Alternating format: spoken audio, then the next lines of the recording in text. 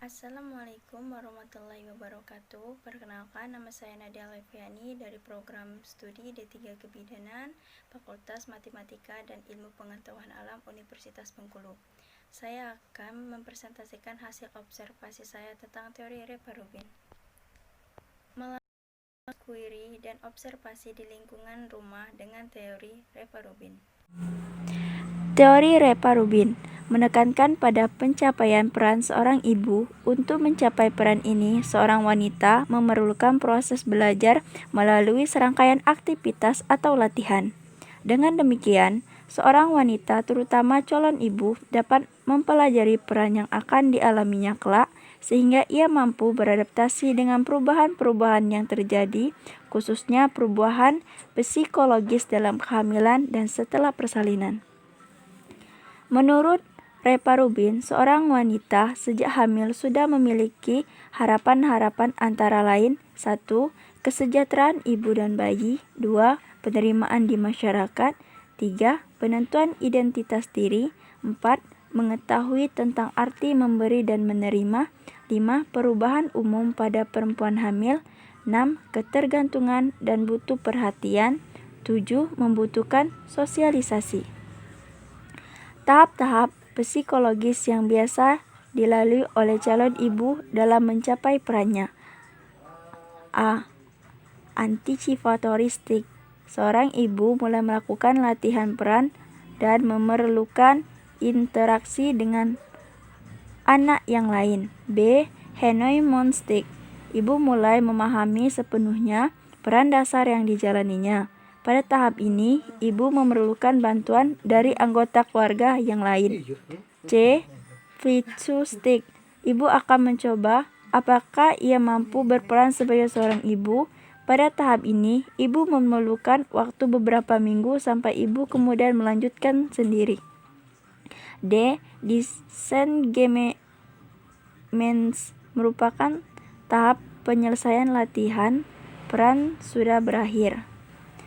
Aspek-aspek yang diidentifikasi dalam peran ibu adalah gambaran tentang idaman, gambaran diri dan tubuh.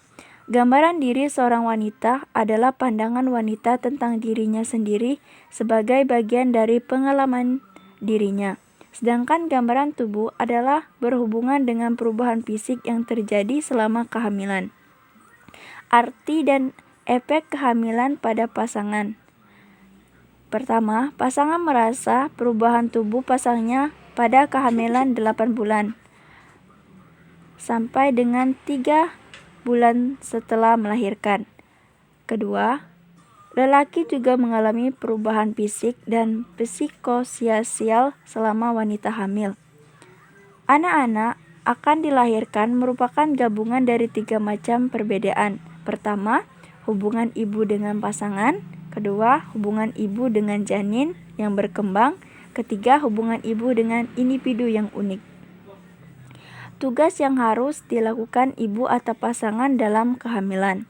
Pertama, percaya bahwa ia hamil dan berhubungan dengan janin dalam satu tubuh.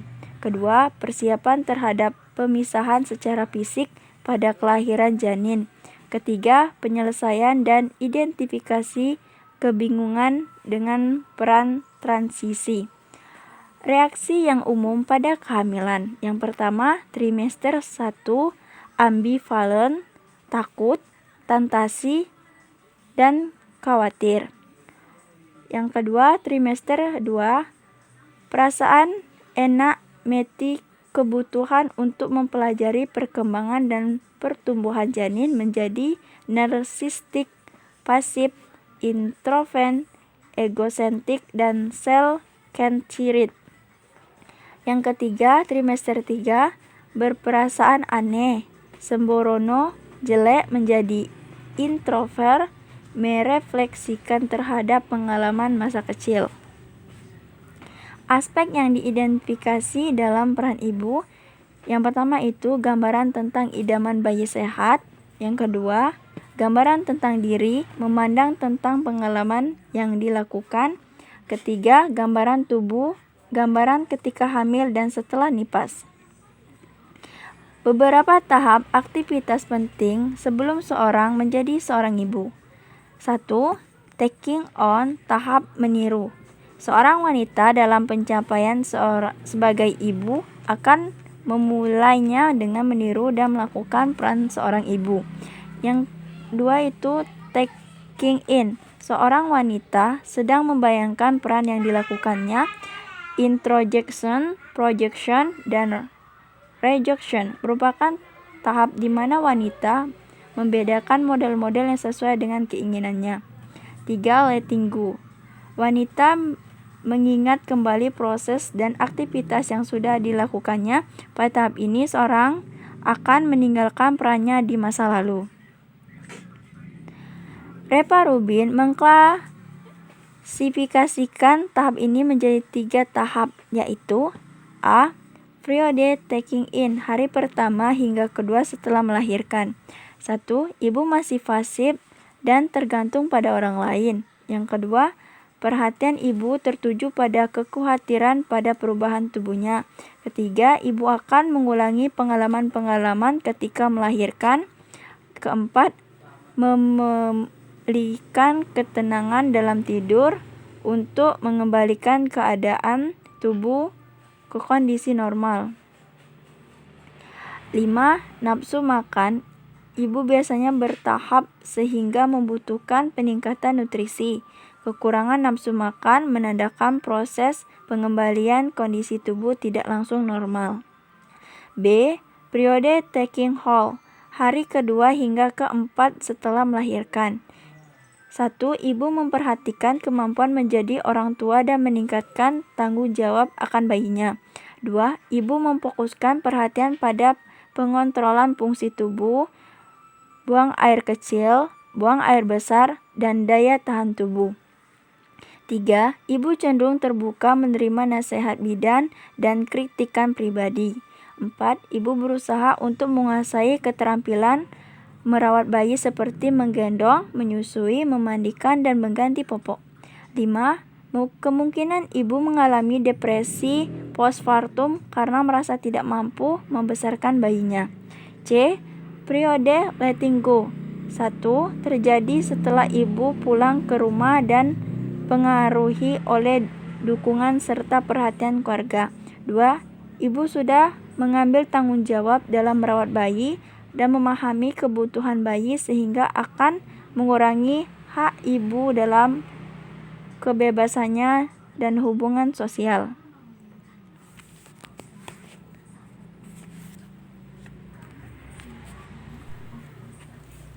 Hasil observasi.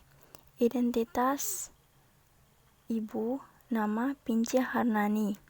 Hamil anak pertama, mengalami perut nyeri, nafsu makan berkurang, mual, muntah-muntah, dan kaki membengkak. Usia 25 tahun, pekerjaan ibu rumah tangga, alamat Kandangmas, Kota Bengkulu, agama Islam, pendidikan S1 Sosial Agama.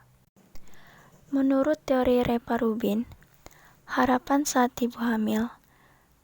Saat sekarang ibu hamil memikirkan kesehatan bayinya, melakukan penyesuaian dengan lingkungan sekitar.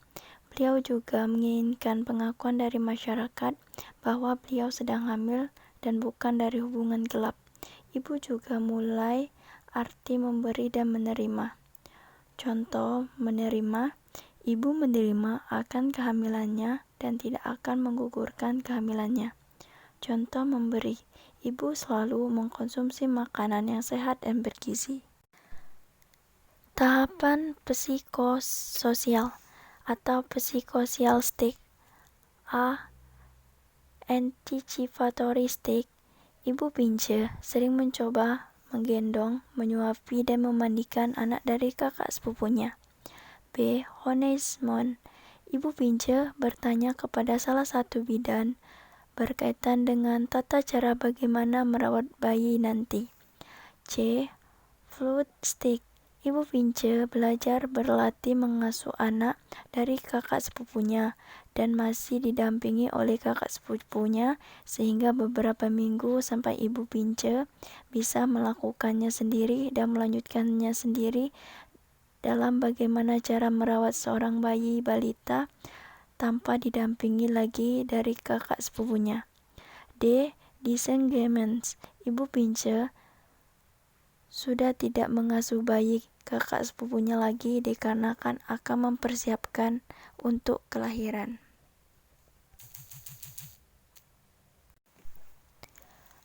Tahap pelaksanaan peran menjadi seorang ibu. 1. Taking on.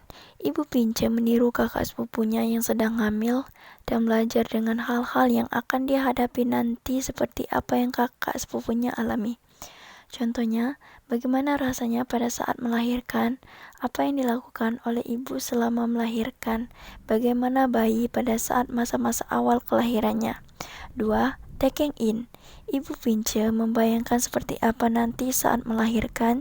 Jika bayinya laki-laki, ia akan memberi baju seperti apa, dan jika bayinya perempuan, ia juga akan memberikan baju seperti apa kepada bayinya. Bagaimana hubungan dengan suami dan anggota keluarga yang lain ke depannya setelah kelahiran bayinya. 3. Letting go.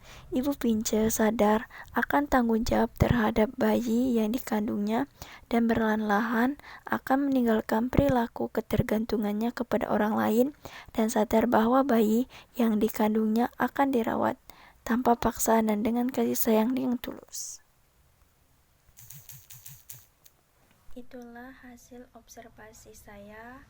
Saya akhiri. Wassalamualaikum warahmatullahi wabarakatuh.